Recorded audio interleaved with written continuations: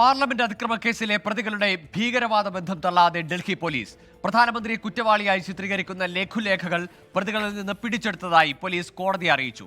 4 പ്രതികളെ ഡൽഹി പട്യാല ഹൗസ് കോടതി 7 ദിവസത്തെ പോലീസിന്റെ കസ്റ്റഡിയിൽ വിട്ടു.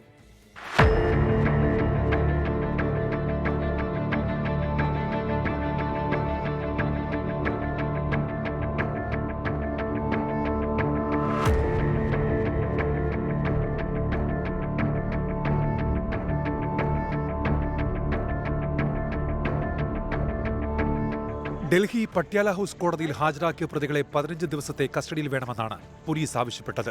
പ്രതികൾ പദ്ധതിയിട്ടത് ഗുരുതര സ്വഭാവമുള്ള കുറ്റകൃത്യത്തിനാണെന്ന് ഡൽഹി പോലീസ് കോടതിയെ അറിയിച്ചു. പ്രതികളുടെ ഭീകരവാദ ബന്ധം പരിശോധിക്കണമെന്നും വിദേശ ബന്ധമുണ്ടോ എന്ന് അന്വേഷിക്കണമെന്നും പോലീസ് കോടതിയെ അറിയിച്ചു. പ്രധാനമന്ത്രിയെ കാണാനില്ലെന്നും കണ്ടെത്തുന്നവർക്ക് സ്വിസ് ബാങ്കിൽ നിന്ന് പണം നൽകുമെന്നുമുള്ള ലഘുലേഖകൾ പ്രതികൾ കൈവശം വെച്ചിരുന്നു.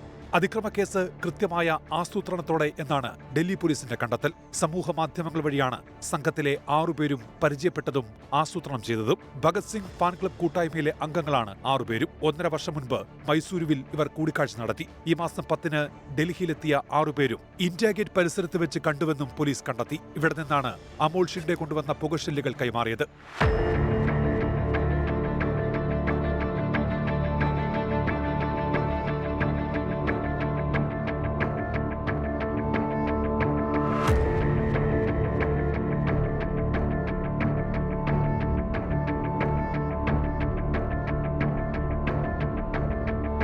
പാർലമെന്റിനകത്ത് അതിക്രമം നടത്തിയ മനോരഞ്ജൻ മുൻപും സഭ സന്ദർശിച്ചിരുന്നു. മൈസൂരു സ്വദേശിയായ മനോരഞ്ജൻ BJP എംപിയുടെ പാസ് ഉപയോഗിച്ച് തന്നെയാണ് നേരത്തെയും സഭയിൽ എത്തിയത് എന്നാണ് വിവരം. വിക്കി ശർമ്മയുടെ ഗുരുഗ്രാമിലെ വീട്ടിലും പ്രതികൾ താമസിച്ചിരുന്നു. ഭീകരവാദ ബന്ധവും പോലീസ് അന്വേഷിക്കുന്നുണ്ട്. 24 ഡൽഹി.